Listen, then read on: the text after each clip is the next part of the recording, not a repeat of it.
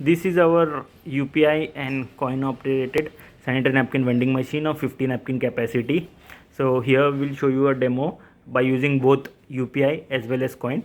So first I'll show you by using UPI. So you can see the scanner is there.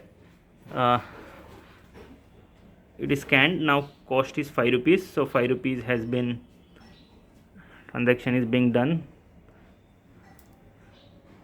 You get a successful message, and here you can see ₹5 received on phone pay.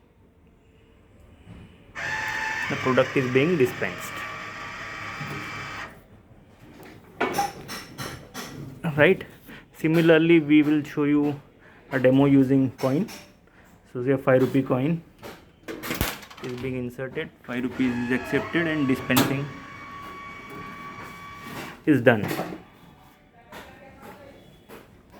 Similarly we can do this UPI and coin based of various capacity like 100 napkin, 200 napkin capacity as well.